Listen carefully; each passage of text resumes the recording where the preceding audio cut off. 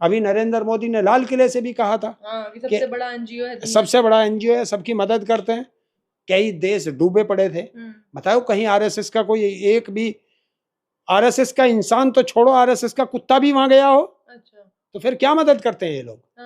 ये मदद करते हैं देश के साथ गद्दारी करना। और जो एनजीओ आज तक भारत में रजिस्टर्ड नहीं है, दुनिया में कहीं रजिस्टर्ड नहीं है, बताइए उस पर अरबों खरबों की संपत्ति कहां से आ गई? अगर टिकट भी जारी करना था तो 60 का करते। अच्छा। सिक्का जारी करना था तो 60 का करते, क्योंकि 60 रुपए की पेंशन है इनके पास अंग्रेजों की। नहीं लगा के बोलना चाहिए। क्यों लगा दे? अरे सब बोल रहे हैं। अच्छा, तुम कहो तो मैं नाचूं, तुम कहो तो मैं बोलूं, मैं वो कुत्ता नहीं हूं जिसके गले में तुम्हारा पट्टा बंधा हो। आप वीर नहीं बोलेंगे ना? वीर उस किसको बोलते हैं? वीर भगत सिंह को। नमस्कार, जनता लाइव देख रहे हैं आप और मैं हूं आपके साथ पूजा। इस वक्त देश में जश्न का माहौल है। जश्न इसलिए क्योंकि आरएसएस ने 100 साल पूरे किए हैं और ये जश्न भले आपको दिखाई ना दे रहा हो, लेकिन नेशनल मीडिया और बीजेपी की आईटी सेल की ओर से इस जश्न को पूरी तरह से पेश करने की कोशिश की जा रही है और इसके साथ ही इतिहास में आरएसएस की जो भूमिका है, जो छवि रही है, उसको किस तरीके से साफ करने की और एक नए तौर पर आरएसएस के योगदान को आज़ादी में और उसके बाद अब तक किस तरीके से भारत के स्वरूप में और उसकी रूपरेखा को बनाने में आरएसएस का योगदान रहा, इन तमाम चीज़ों को साफ करने की पूरी कोशिश की जा रही है नेशनल मीडिया और बीजेपी आईटी सेल की ओर से।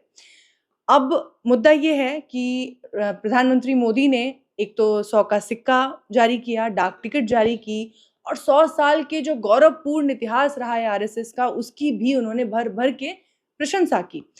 अब ये तो प्रधानमंत्री की बात हो गई, आरएसएस और बीजेपी की बात हो गई, नेशनल मीडिया भी वही कर रहा है, लेकिन जो आम जनता है वो कैसे देखती है आरएसएस को, जो उनकी छवि है उसमें कितना परिवर्तन आया है? और जैसा मोहन भागवत का कहना है कि पहले जो कुछ हुआ उसे नहीं देखना चाहिए, अब जो योगदान हमारा रहा है उस पर चर्चा होनी चाहिए। तो इन तमाम चीजों पर बातचीत करने के लिए इस वक्त हमारे साथ हरिंदर ताऊ मौजूद हैं। बहुत स्वागत है हरिंदर ताऊ आपका। धन्यवाद आपका और आपके दर्शकों को। ताऊ का राम राम। राम राम। तो ये बताइए कि पहले तो बधाई देंगे आरएसएस को, 100 साल पूरे कर लिए उन्होंने। देखिए, बधाई उसको दी जाती है जिसका इतिहास गौरवमयी हो, जिसका इतिहास गद्दारों का हो, उसे बधाई नहीं दी जाती। अरे वो तो 1 महीने पहले से गाना गा रहे हैं कि हमें इन्होंने पत्र लिख के हमारी तारीफ की, उन्होंने पत्र लिख के तारीफ की, रतन टाटा आए हमारे यहाँ अपने जन्मदिन मनाने और हमारे कर्मठता को, हमारे भारत के निर्माण में हमारे योगदान को सब लोग मानते हैं। देखिए, मैं अभी बता दूंगा। बताइए। जिस व्यक्ति को इन्होंने अपना चीफ गेस्ट बनाया वो महाराष्ट्र की हैं और वो हमारे यहाँ के जो चीफ जस्टिस हैं गगोई जी, वीर गवई, हाँ, उनकी माता जी हैं जी। और इन्होंने उसको चीफ गेस्ट बनाया क्योंकि एक बहुत बड़ी षड्यंत्र के तहत उनको चीफ गेस्ट बनाया, क्योंकि वो अंबेडकरवादी हैं जी। और अंबेडकर का हमेशा विरोध ही से आरएसएस ने किया है, उसके संविधान का भी आरएसएस ने विरोध किया, उनका भी विरोध किया। तो किस तरीके से देश के कमजोर तबकों को आरएसएस का गुलाम बनाया जाए, ये वो चाल थी। तो उसमें चीफ गेस्ट आने के लिए उन्होंने मना कर दिया। क्यों कर दिया? क्योंकि जो लोग जानते हैं इनको, वो इनके पास तक नहीं जाते।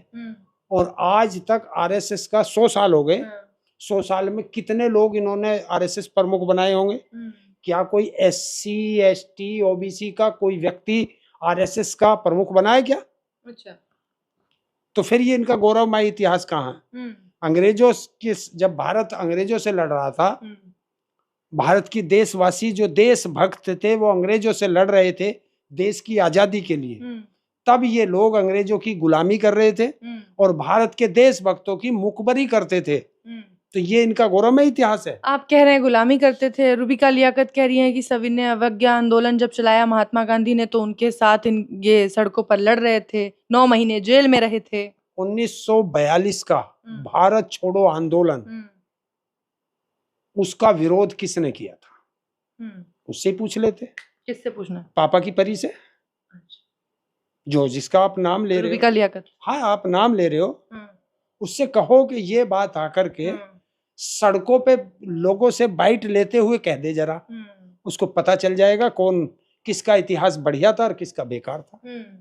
देखिए, मैं घर के कमरे के अंदर बैठकर मैं कुछ भी कह सकता हूँ। गाड़ियों से चलना है, हवाई जहाज से चलना है, जनता से मेरा कोई वास्ता नहीं, तो मैं कुछ भी कह दूं। जिस व्यक्ति का जनता से रूबरू होना पड़ता है वो आदमी सच्चाई बोलता है। और इन लोगों को तो सड़कों पे जाना नहीं, जनता से रूबरू होना नहीं, आए माइक पे जो उन्होंने लिख के दे दिया उसको पटर पटर बोल गए और सरकार से विज्ञापन आ गए, इनकी सैलरी बढ़ गई, बात खत्म हो गई। वो अकेले थोड़ी बोल रही हैं, तमाम मीडिया चैनलों पे दिखाया जा रहा है। को तो कह रहा हूँ मीडिया चैनलों को, अगर वो आज एक दिन सच बोल दें, एक दिन, या तो चैनल बंद हो जाएगा या वो गद्दार हो जाएंगे देश के। लेकिन आरएसएस ने देखिए कुछ तो किया होगा ना, 100 साल तक इस तरीके से एक संघ का टिके रहना, उनकी विचारधारा, और आज वो विचारधारा इतनी मजबूत हो गई है कि देश में तमाम हिंदुओं को एकजुट करने में सफल हो रहे हैं वो।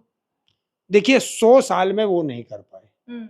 मुझे इस देश का इतना, जो वो लोग अपने आप को आरएसएस का कहते हैं, अंधभक्त कहते हैं, जिन्हें आप हिंदू कह रहे हैं, मैं उनसे एक चीज पूछना चाहता हूँ। एक तरफ तो वो सड़कों पर आकर क्या कहते हैं कि भारत मजबूत हाथों में है, और दूसरी तरफ वो कहते हैं कि हिंदू खतरे में है। तो आप मुझे ये बता दो कि इस देश में हिंदू खतरे में है या वे अंधभक्त खतरे में है?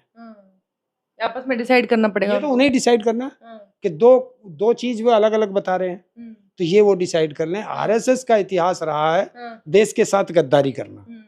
लेकिन आरएसएस के योगदान को आप कम नहीं आंक सकते ना। आरएसएस ने अटल बिहारी वाजपेयी जैसा हमको प्रधानमंत्री दिया, मोदी जी जैसा यशस्वी नेता दिया है हमको। बिना आरएसएस के इस देश में लाल बहादुर शास्त्री देश के प्रधानमंत्री रहे, वो जवाहरलाल नेहरू रहे, वो ऐसे वो तो नहीं थे, इंदिरा गांधी रही, मोरारजी देसाई रहे, और चौधरी चरण सिंह रहे, वीपी सिंह रहे। तो ये जो इतने बाकी शायद 14वें प्रधानमंत्री हैं, तो 12 प्रधानमंत्री तो देश के बिना आरएसएस के रहे। और जब आरएसएस वाले इस गद्दी पर बैठे तब देश पर मुसीबत आई। अच्छा, तो उनका कोई योगदान नहीं मानते हैं आप? किसका? आरएसएस का। आरएसएस का नफरत फैलाने का योगदान है, नफरत वो फैलाती है। वो कह रहे हैं कि सरदार पटेल ने भी माना था, जिनको आप लोग कहते हो कि बैन किया था उन्होंने आरएसएस को। सरदार पटेल के लेटर्स निकाल के ला रही है नेशनल मीडिया कि सरदार पटेल ने भी हमारी तारीफ की थी। बिल्कुल तारीफ की थी, तो वही बता दें कि सरदार पटेल ने इन पे बैन क्यों लगाया था, बता दें। वो लेटर भी तो दो जिस लेटर से सरदार पटेल ने बैन लगाया था, और उस लेटर में साफ लिखा होगा कि क्यों बैन लगाया था। वो नहीं दिखा पाएंगे। देखिए, मीठा कड़वा कड़वा थू थू और मीठा मीठा गप गप, ये इनकी वो है। अभी नरेंद्र मोदी ने लाल किले से भी कहा था कि सबसे बड़ा एनजीओ है, सबसे बड़ा एनजीओ है, सबकी मदद करते हैं।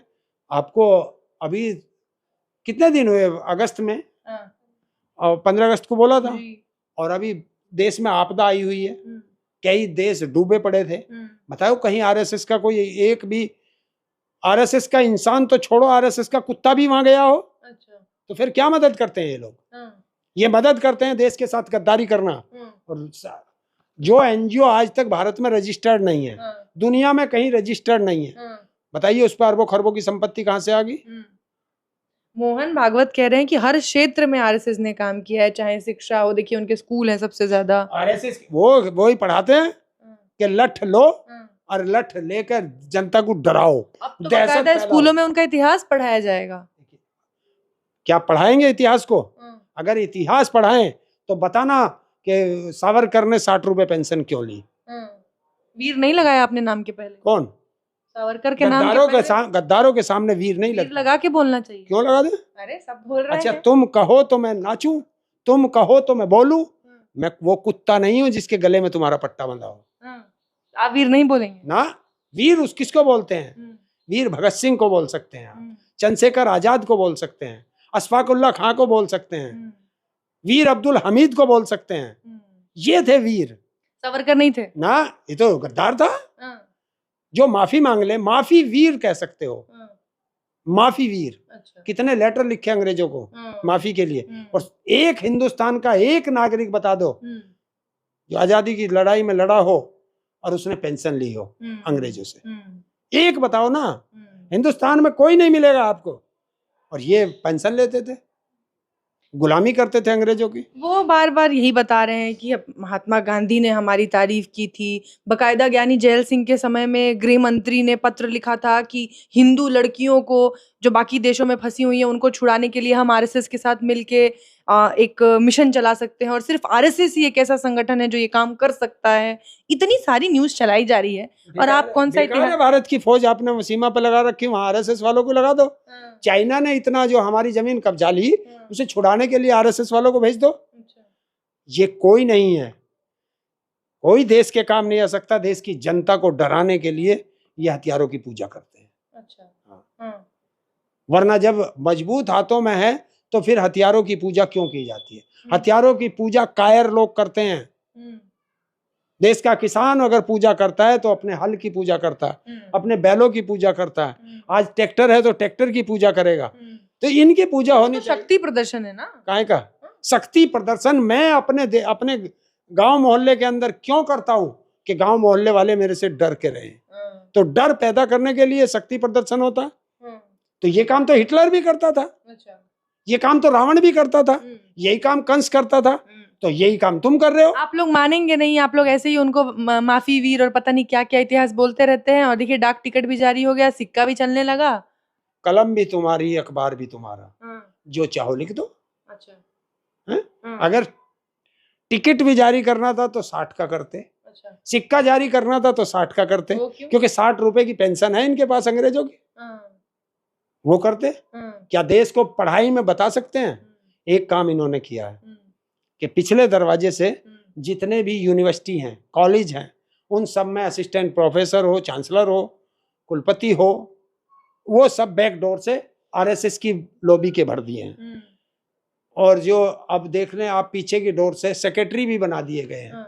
वो भी बनाए इन्होंने। कब तक बचा पाएंगे जो नया इतिहास आरएसएस का पढ़ाया जा रहा है? हम जिंदा रहेंगे, जब तक इस देश में देशभक्त जिंदा रहेंगे, देश को वो इतिहास बताते रहेंगे। 100 साल का संगठन हो गया। 100 साल का क्या हुआ? बड़ा हुआ तो क्या हुआ, जैसे पेड़ खजूर, पंथी को छाया नहीं, फल लगे अति दूर। तो उस पेड़ का, खजूर के पेड़ की देश में कोई छाया में नहीं बैठ सकता। तो आपको नहीं लगता कि किसी तरीके का कोई योगदान था? ना आप मानेंगे ना, कोई तो योगदान होगा। गद्दारी का योगदान था ना। अच्छा। गद्दारी का योगदान था। बहुत बहुत शुक्रिया हरिंदर ताऊ इस विषय पर हमसे बातचीत करने के लिए और आपकी राय हमसे साझा करने के लिए। हालांकि आपने बोला नहीं वीर सावरकर।